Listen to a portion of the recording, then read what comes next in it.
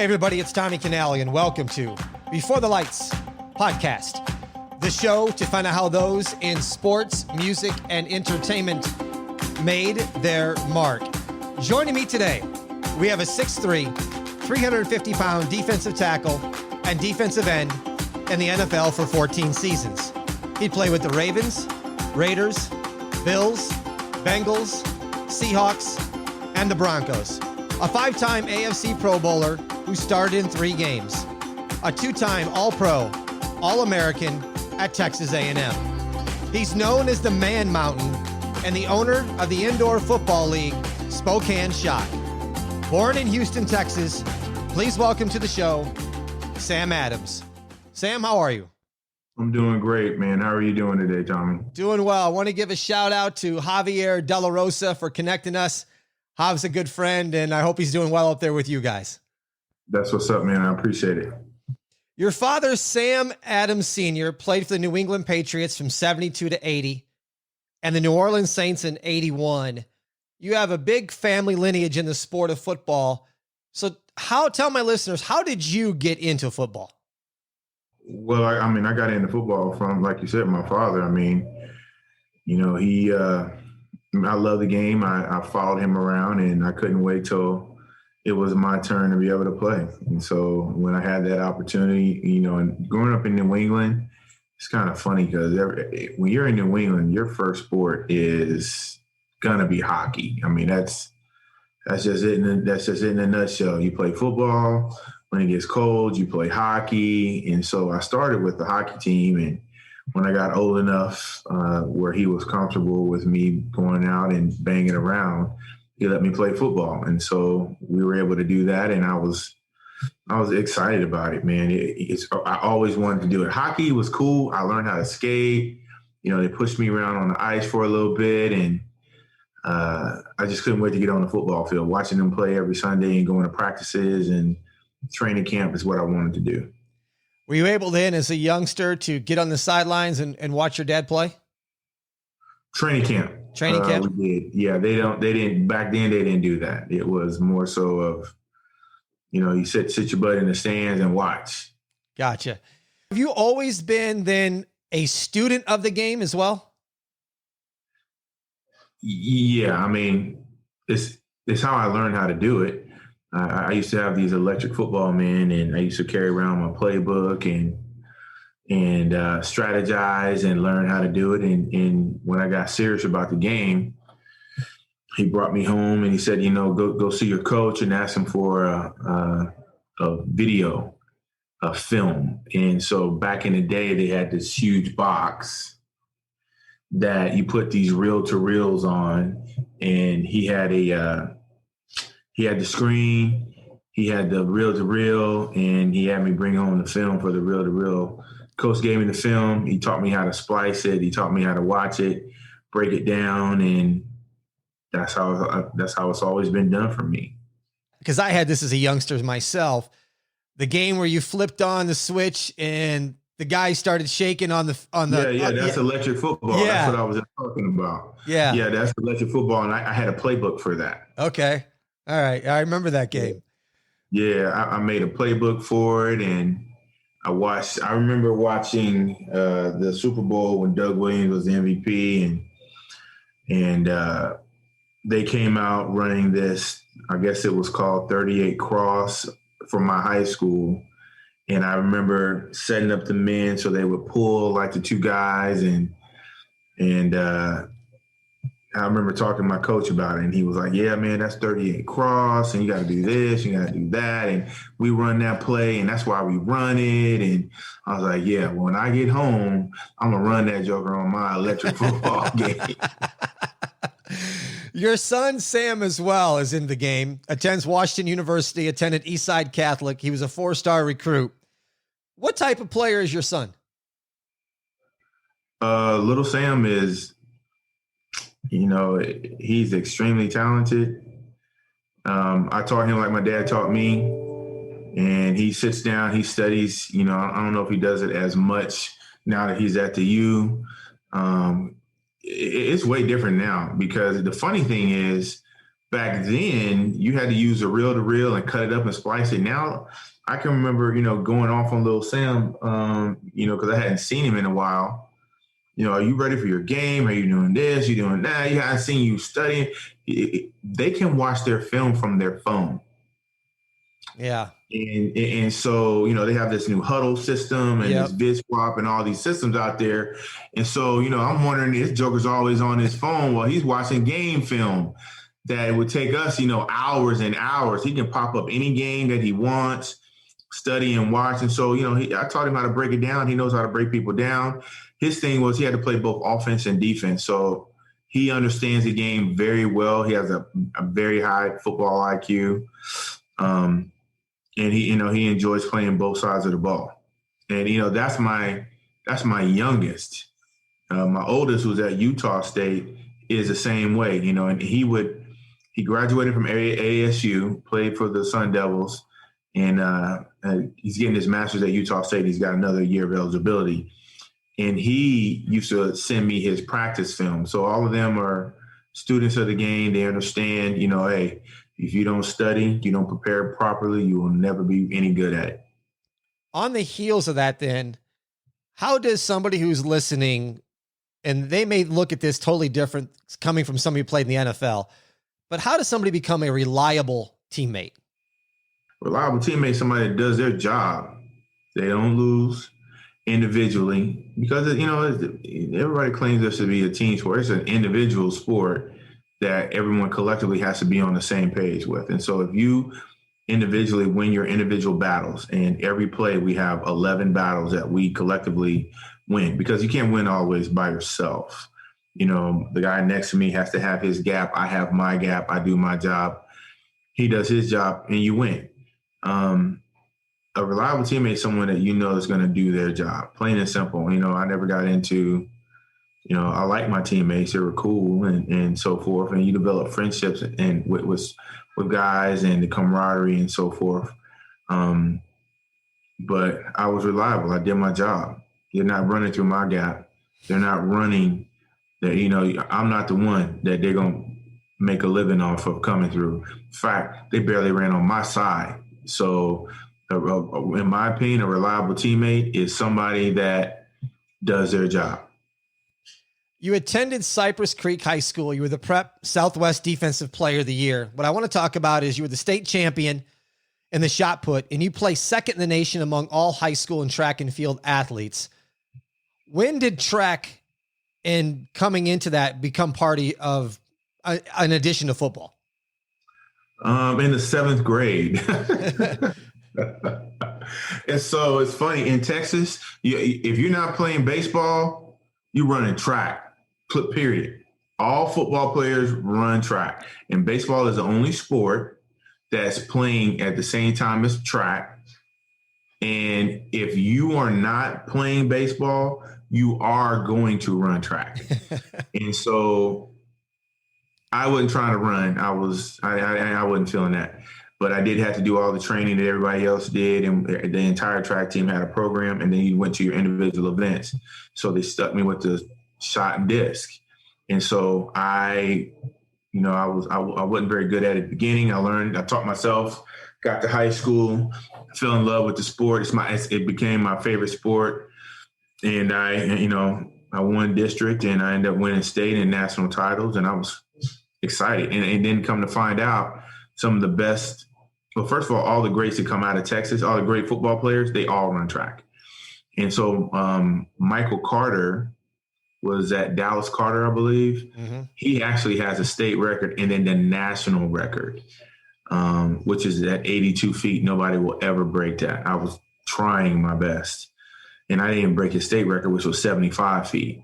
So, he was a hoss. And so only reason why I was second place, that joker, I never got a chance to play, to go to the junior nationals in Texas. That we just didn't, my school didn't participate in that. And so I didn't have a chance to compete against that kid. He beat me from, like across the country, but if I was face to face, I'd have definitely knocked that out. Competition one-on-one is totally different than, me going against myself, basically. Agree. How did shot and disc then help you for football?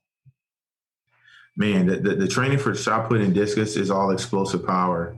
And I probably became, I mean, my first step was one thing everybody talked about my first step, but it really wasn't my first step. It was the explosiveness coming from my stance out and being able to have the great footwork. So the shot put is all explosion, the power lifting, that entire day of training is about explosion. And that's where I got my explosive power, was from playing the shot put and the balance and the grace of throwing the discus. Going back to your football, high school recruitment to college, I'm assuming back in the day you had coaches calling, knocking on your door, showing up at the house. Was it a little crazy for you? Yeah, I mean, it was different. I mean, back then, I remember this show, this movie we watched called I think it was Johnny Be Good. You had people popping up everywhere from hiding in the bushes. And I mean, it's hilarious. I did have a lot of that. I remember having some days where they would just show up at school. And Lil Sam went through a little bit of that and some of his teammates. So lunch was fourth period. I'll take it back. In Texas, you go to football practice at fourth period. So if you play a sport, you have that sport as a class during the day, and then you come out and practice after. So you're really in 2-a-days. So I remember going to football in fourth period, be a line of scouts there. I would start then, I would miss lunch, and then my fifth period I had was government, which was taught by one of the football coaches. And during the recruitment, I never got to that class on time or even at all. And so I would have to spend my extra time working on that class, because it was a ton of, it was a ton of scouts there from they were there for about, 3 hours, because you couldn't see you after school. And so I had to do it then. And I remember that it was crazy. And they made me talk to everyone who wanted to come to the school. And so, I can remember, the coach's name was Coach Cooper. He was at the University of Rice, and he had been one of our coaches. He had coached me. He helped raise me, at Cypress Creek. And I'll never forget it. The coach came and said, "Hey, man, Coach Cooper's here to see you." And I was like, "Coach, man, I hadn't eaten lunch in like 2 weeks. I'm probably not going to go to Rice. I mean, it's a great school, but I'm probably not going to go to Rice." He's like, "Well, I don't care. He came. You're going to give him the respect. You're going to talk to him." So I learned a lot from that entire process. And I literally missed lunch, and prior to fifth period, talking to the former coach that was at Rice, and listen to him tell me about Rice, and I learned you have to treat people a certain way, and if someone has something to say, you may already know how you feel about it, but you give them the respect, because you may also learn something that might be able to help you somewhere else. And so during that process, he kind of helped me with finding out what I really wanted, even though I knew I didn't want to, go to Rice. Who was the final two then? Texas A&M, where you end up choosing, and who was the other choice? Texas. Texas. 4. It was USC, Miami, Oklahoma. I was going, in fact, I was going to Oklahoma. Okay. I was going to go to Oklahoma. It was done. I mean, I had a blast on the trip, and I finally thought to myself, if I go to Oklahoma, I probably won't get a degree going to Oklahoma. It's too much. There's too many distractions here. It was just too much for me. So I boiled it down to Texas and A&M. I was actually going to go to Texas, and I didn't have a very good visit. I went to A&M on a bye week, not a bye week, but a spring break. Nobody was on campus. It was just the players. And I went to Texas A&M because of Greg Hill, who was, my mentor there, Eric England, Lance Teichelman, a few of the guys that I met, and Wilbur Biggins. Those are the guys that, kind of I wanted to be around and I wanted to go to school with. How was your transition from high school to college? Ooh, you know what? Yeah, I remember that like it was yesterday. In fact, the night before I was supposed to go to college, my friends and I, Mark Daniels, I'll never forget this. We were out clowning around and racing in the street, and I actually fell and scarred up my hands and my knees, and I came home. And my mother might still be mad at me about that. And my dad was even hotter. I didn't even want to tell him. And, I can remember Mark came in with me and I was like, man, you're going to have to come in here with me because they're going to be hot. And they're going to think I was fighting and I was bleeding everywhere. And I came in and he just held his head down and I held mine down and they, she glared at me and my dad was in the back room pacing, wouldn't even talk to me. And so it was rough. And so when I got to school the next day, they looked at it and they kind of laughed and they were like, doesn't matter. You're going to have to go to work. And, as a freshman, I kind of had my way with all the freshmen and it wasn't really that big of a deal. But when all the older cats got there, they were long, they were big. They were like, I was 265 probably when I got to college. Those jokers are like 320 and 6'7" and 6'5", and those knuckle dragging arms. I mean, I can remember watching this guy kneel down and he can touch his toes, barely bending over. And I was like, man, what have I gotten myself into? So, it was the size of the guys, the length of the guys, and then their athletic ability. They weren't as athletic as me, but they were way, way more athletic, and it was faster, and everybody was closer to me. And in fact, some of them probably were a little bit ahead at that time. And so my first week was tough, and it kind of threw me out to the wolves. I wasn't starting, but I was getting more time than most of the other freshmen. And when it came time to rock and roll, I was struggling. And so I had a guy, I'll never forget this. We were going one-on-one. He threw me down. I stopped. The coach blew the whistle. I stopped. He threw me down on the ground.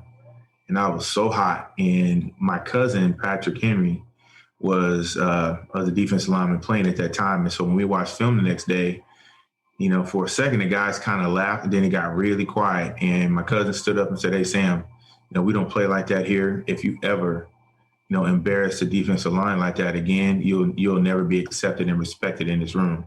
And, Eric England and Lance Teichelman, said the same thing. And then the D-line coach, I'll never forget this. It was called Big Bull.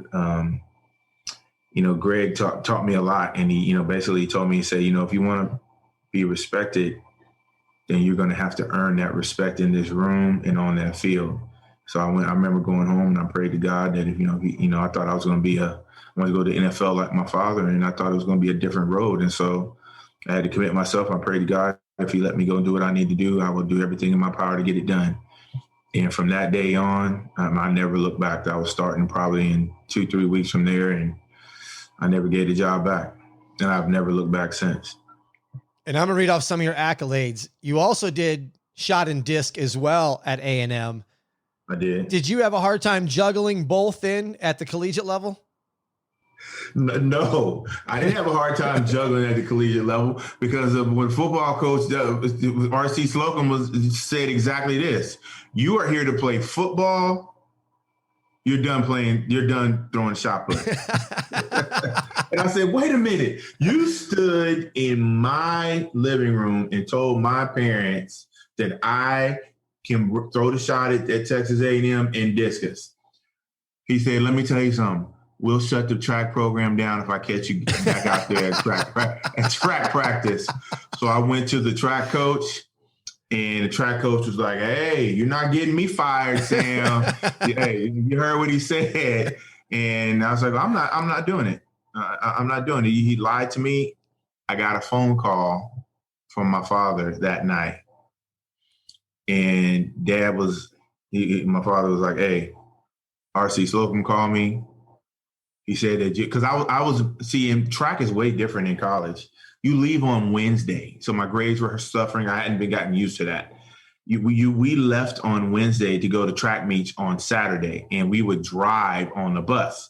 So I wasn't used to riding on the bus. I was flying on, for football, but we're driving, and I was doing indoor shot, and an outdoor season came, and I literally, was struggling to keep up with that. And so RC told me, said, I tell you what, you can throw the shot as long as you don't miss another football workout and you do both your football workout and the track workout. And I was like, what? Are you kidding me? So I was stubborn. I was pissed. I was like, forget it. I'll do it. The football, first of all, the track workout is way more grueling than a football workout. We do running and all that, but all the weights and the explosive work is more grueling than the football workout. And it was all virtually the same length of time.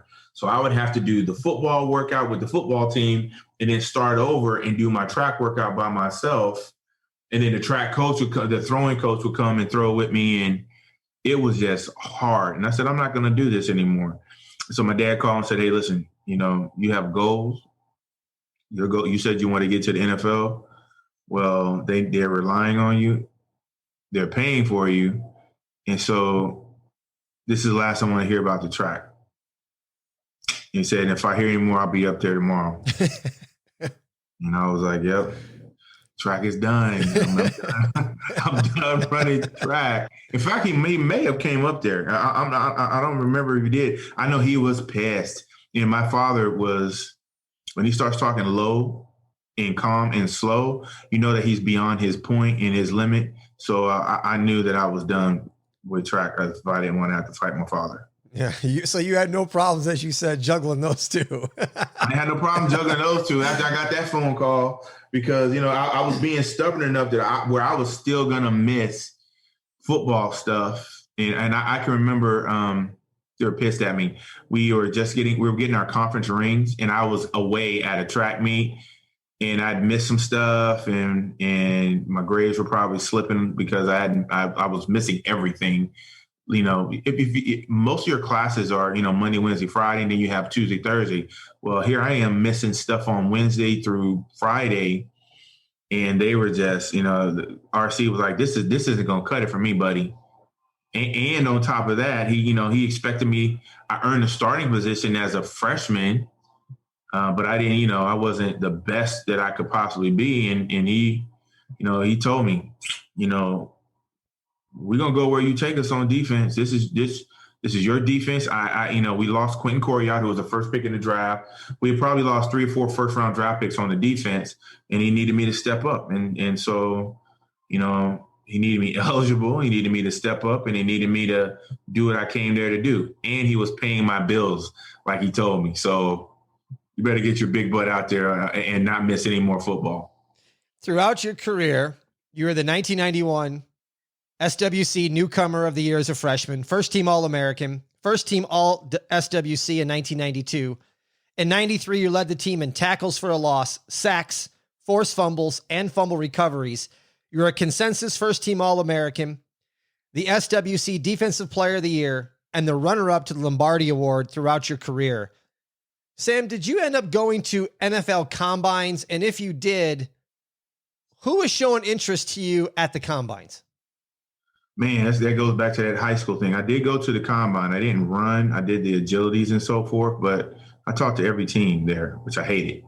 And like my high school coach taught me, it doesn't matter, because I got the same speech from my agent, Angelo Wright. He said, hey, no matter what, you talk to everybody. And so I can remember I hated it, man.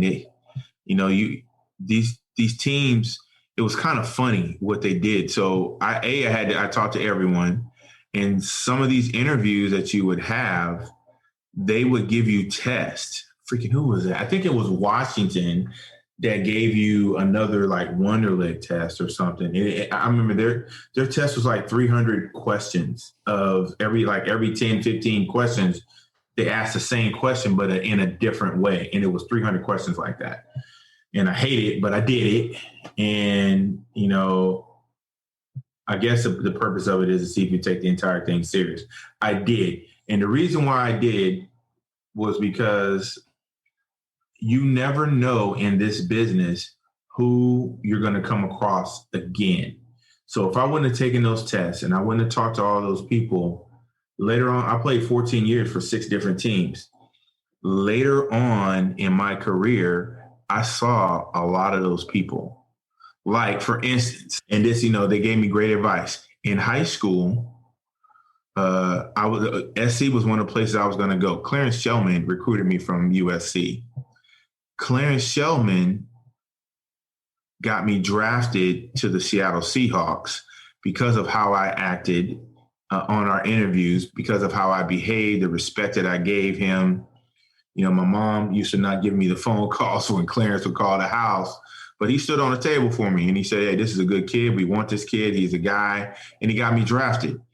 And, some of those guys that I did interviews with and on different teams, I ended up playing with. So it was a good thing that, I had those conversations. I talked to New York Jets and Pete Carroll, who was all over me about, my work ethic and my playing and so forth. And Bill Parcells got me in trouble. Bill Parcells was the head coach of the New England Patriots. He came in late to the combine, so I had to stay late and I missed my flight. And the combine people were all pissed off about it. And Bill ended up wanting to draft me. And so I had a great relationship with him. Bill actually coached on the same staff with my father. Wow. And so it was good that I gave all these people their respect because he was the 4th pick in the draft and wanted, he tried to negotiate a deal to draft me. I didn't really want to go and play for Bill because of my father, being from New England and wanted to have my own footsteps. And it was obvious when I had that interview that he was going to put the screws to me because he felt an obligation to my dad. So I was like, yeah, we are not going there. You were drafted 8th overall by the Seahawks. Who are some of your NFL mentors then coming into the league? Oh, my father was the number one. He would call me and he would grill me on, who am I playing against, give me their attributes. My father, my uncle Aaron, who's always been there, he would follow me to my games and go to games. And so my father and my uncle were the 2 biggest mentors. My pastor back at home was a big, huge mentor and part of why I did what I did. And the church used to pay for me to go to those national track meets and in the summer. And so, those have always been my mentors. If you would speak regarding for my listeners, what a typical NFL practice day is like. Ooh, boy. They just don't know, That's what I'm assuming. They think that I laugh at people because they're so ignorant when they say that football players are dumb because you can't be dumb and play football. You literally have a playbook that is the size of a telephone book, and it changes on a weekly basis. So we spend 6 weeks, the entire off season, but really 6 weeks of going through your playbook, learning a playbook. And then when you get to the season, every single week, those plays change. Now, you don't use them all. I remember Dick LeBeau, who I was with in Cincinnati. He coached a long time. He played for the Bengals. He played for the Steelers, coached for the Steelers forever. And he would literally put stuff in training camp and we wouldn't use it or practice it and see it again until like week 8. And they expect you to remember that. And so I can remember being on the field and him calling in a play and I'm looking over in the stand and on the sideline saying, what the hell did you just call? and everybody's like, hey, what? And we're having to scramble before, the Steelers break out into the huddle and they come to the line. And literally you have to remember those things. And so a day for the typical NFL, you start at, 7, 8 o'clock with special teams meetings. Those are not in special teams or lifting weights. Then we come together as a team and have our team meetings. Then we break out from our team meetings into our side of the ball meetings, offense and defense. And then from there, you break down into your individual position group meetings. So when we break down to your, defensive meeting, we'll go over the game plan. So the week breaks down into Mondays is a review day, and then an introductory day on who we're playing. Tuesdays are off days, whereas you get a workout, you work on your body, and you come and pick up film that you start watching on the new team if you didn't pick it up on Monday. And then Wednesday, Thursday are your work days. You meet, you prepare the game, implement the game plan on Wednesday, Thursday, Friday. Some teams travel on Friday. Some travel on Saturday. Saturday is a hay in the barn day, and then Sunday. Work days on Wednesday, Thursday, you're there from 8 till 4 or 5 o'clock, depending on the coach. So in Seattle, we had all those meetings. You have your offense defensive meeting where you introduce the game plan, break down the first and 10, play action passes, all different types of plays for the offense. Then you break down into your individual meetings and you go through that and game plan again. You go through the individual plays, the changes from last week to this week, and then you watch film on the section of the game that you're going to practice on, whether it be 1st and 10, whether it be Monday. Yeah. So 1st and 10 mostly is a physical day. So you got your 1st and 10, you got your, 2nd and 7, the middle of the field type stuff. And then you break down into a nickel package, you break down into a blitz package, and we do all of that on Wednesday, Thursday. Friday, you come in on short yardage and goal line. You go over everything that you did during the week, and then it's a perfect day where there's no offsides, there's no fumbling, there's no anything bad. Plus, you're implementing short yardage and goal line. And then it's probably not a padded day. Wednesday, Thursdays are pads or half pads. And then Saturdays are mostly mock games where, you go over your personnel groupings, you go over, who's going in the game for what, if somebody gets injured, who's in for that person, that type of stuff. So, you're putting the hay in the barn, making sure everybody's solid. And then you have your meeting that night and do the same thing to make sure that everybody's perfect. And so it's constant repetition. It's constant memory work, which is funny because, if you have a horrible memory or you're not organized, you're going to have a problem. Because then, the funny thing is when they implement all those plays, you go to lunch and then you go to a walkthrough and you better know everything that you just implemented by the time you get to the walkthrough, or you're getting yelled at because what we call a bust. You made a mistake on a play that, you just put in, and you better know how to, where you're supposed to go. And then from that point, if you don't learn it by then, you better know it by practice, because we're going to be going full speed in pads. And if you screw it up, we're going to have to go back and do it again. And you don't want to have to do it again because then practice gets longer. And then when I was in Seattle, we would literally, after practice, watch practice after practice. Most teams come in the next day and watch practice. Holmgren liked to watch practice that night. And I can remember this was probably my 6th year in the league. I can remember being in that practice, being in that meeting, and literally falling asleep, and Holmgren sneaking into the room. And I can remember, and he would go off on the coach. So Mike Holmgren was not a micromanager of the players. He would go off on the coaches and make them do their jobs. And I can literally remember him sneaking in, sitting next to me, and Larry Brooks being so hot. Cortez Kennedy threw something at me.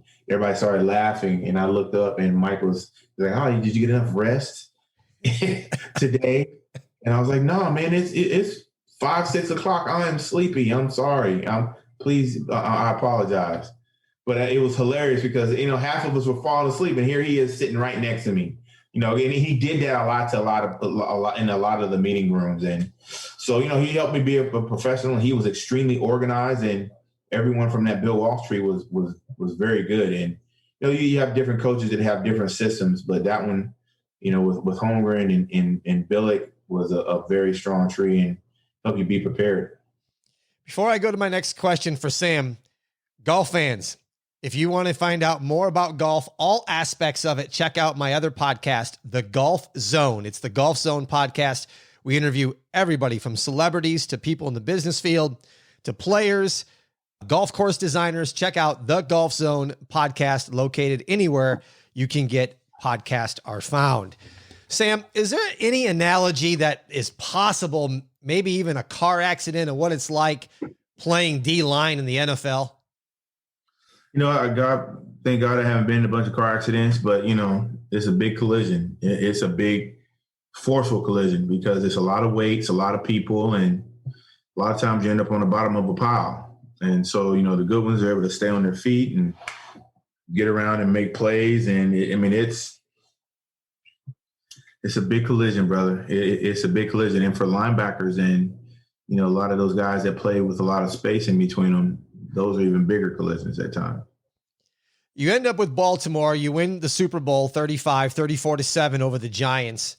What was it like playing with such a powerful defensive unit that, it just seemed like it was always in sync and never out of sync? We had, like I said, we had great mentors. We had great coaching. And, we had people like, for me, my D-line coach, Rex Ryan, and Mike Smith was his assistant, who both of them ended up becoming head coaches.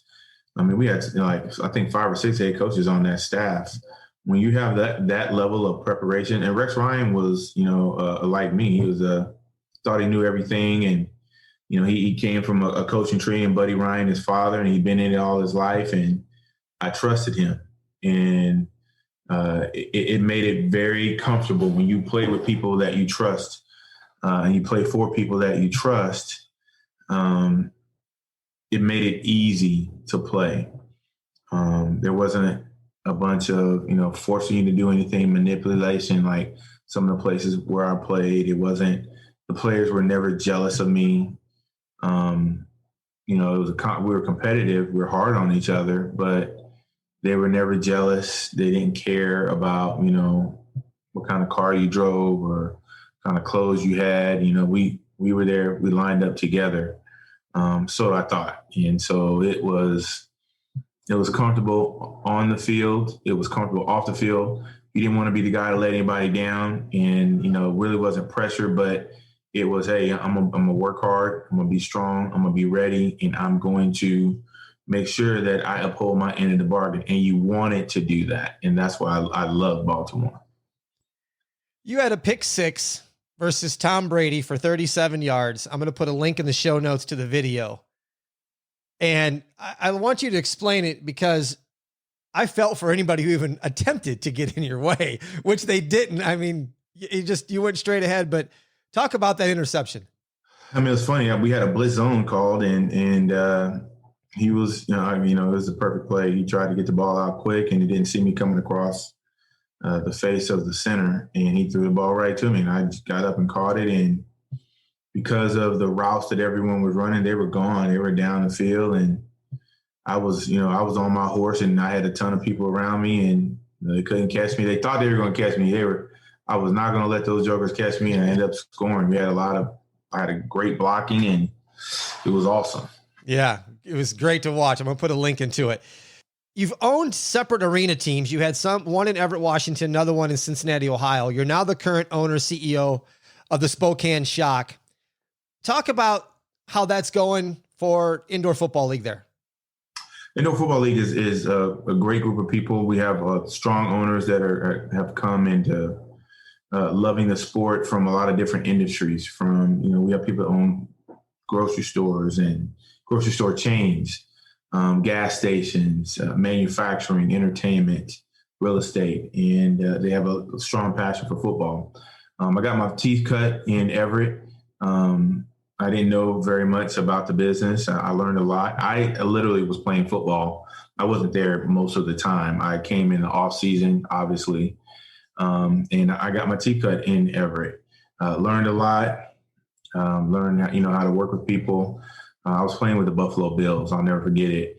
And we were having some issues. And so I went to Russ Brandon, who is now the president and CEO of the Bills. And he taught me how to sell, taught me, how he picked and choose his people.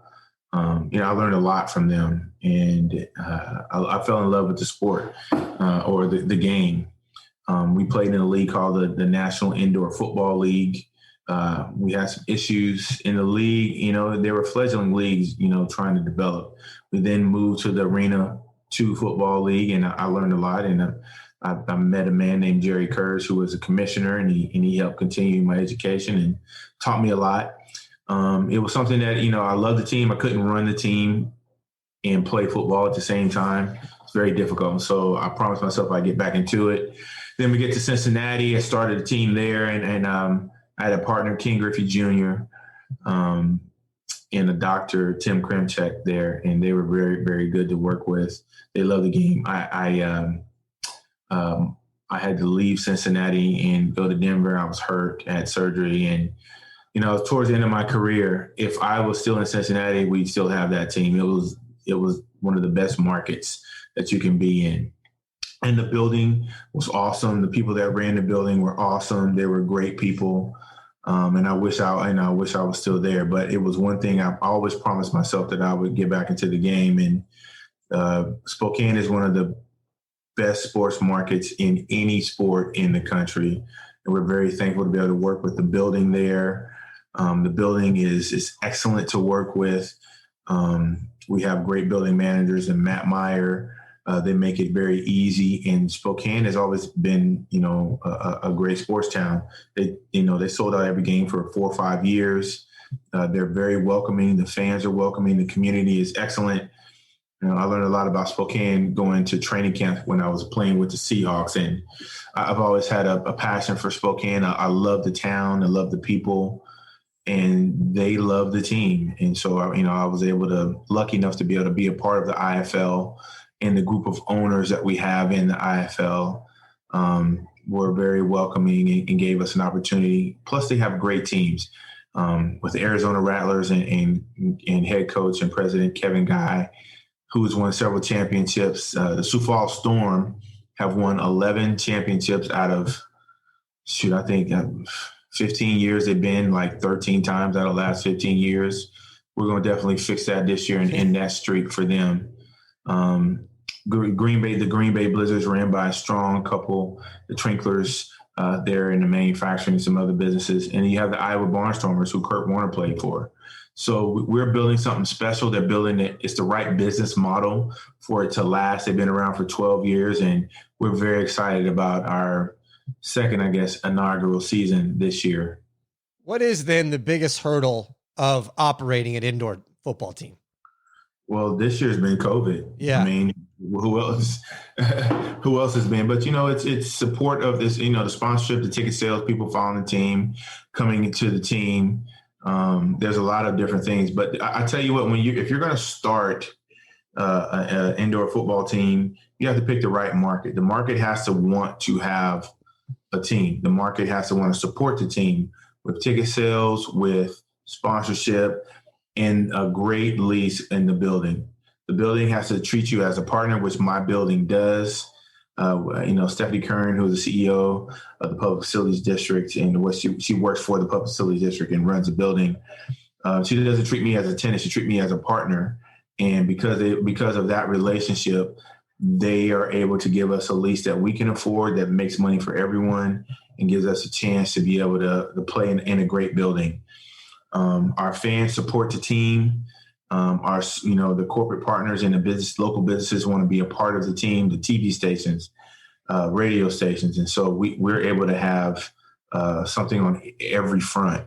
And because of that, and because of the willingness of the community, we're able to be successful. And there's several places like that around the country, like Arizona, like Iowa, that have that type of support. Green Bay. We have strong businesses in Bismarck. Bismarck Bucks are another strong group that we have. So we're excited to be able to be a part of that. We want to uphold our end of the bargain by putting on a good product for our fans. And, this year we're looking forward to being able to play with fans, and we're excited about that. Sam, looking back at your entire life career, what are you most proud of? Looking back on my career, I am most proud of some of the relationships that I built and the people, and being able to be around like the late great Cortez Kennedy, God rest his soul. I loved him to death. He helped make me what I was going forward. Other than the people that I've worked with, coaches like Rex Ryan. I'm thankful for being a part of the Baltimore Ravens and in that relationship, even though it was short-lived. It was awesome. It was an awesome ride. Being able to play with people like with passion, like London Fletcher, who was underappreciated. I met, people like Troy Vincent, Ray Lewis, Takeo Spikes, some of the greats that, you watch how they do their business. Rod Woodson, Charles Woodson. I mean, I play with great people, great places. Football has taken me to a lot of places that I haven't, I would have never gone to. I'm Seattle, in fact. I met my wife and my children are because of me being drafted, and I'm thankful for that. And so, people like Lori Malloy who live here that, I was able to play with in Buffalo. I'm just thankful for the ride that I've been given. I thank God for the many blessings bestowed upon me and my family. My father played. It's bringing a lot of joy to my family. My two sons play. My daughter is a basketball player and kind of got that from me playing football. I've never been able to spend time with them, and I was able to coach her and some of her teammates and help them get scholarships, and some of them can move on and be pros and be able to share my experiences with them. Listeners, you asked for it. I listened. There's now a donate page on the website beforethelightspod.com. So all of you that have been asking me about taking donations, it is now available. Sam, thanks so much for being on the show, telling some stories and reliving your lifestyle. I appreciate it. Thanks, brother. Thanks for the opportunity. I appreciate the time. If you'd like to be part of the BTL crew, go to patreon.com/beforethelights, and you can join there and get special 1-hour Zoom calls with me every single month with a former guest.